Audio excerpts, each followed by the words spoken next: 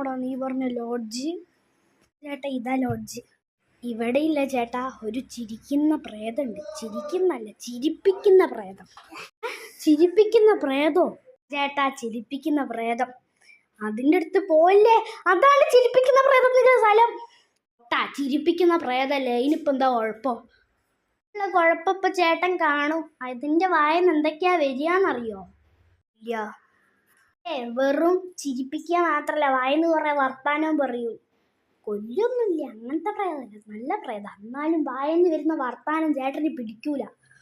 പിടിച്ചാലും ഞാൻ നല്ല പവർ പഞ്ച് കെട്ടിയിട്ട് വരാം.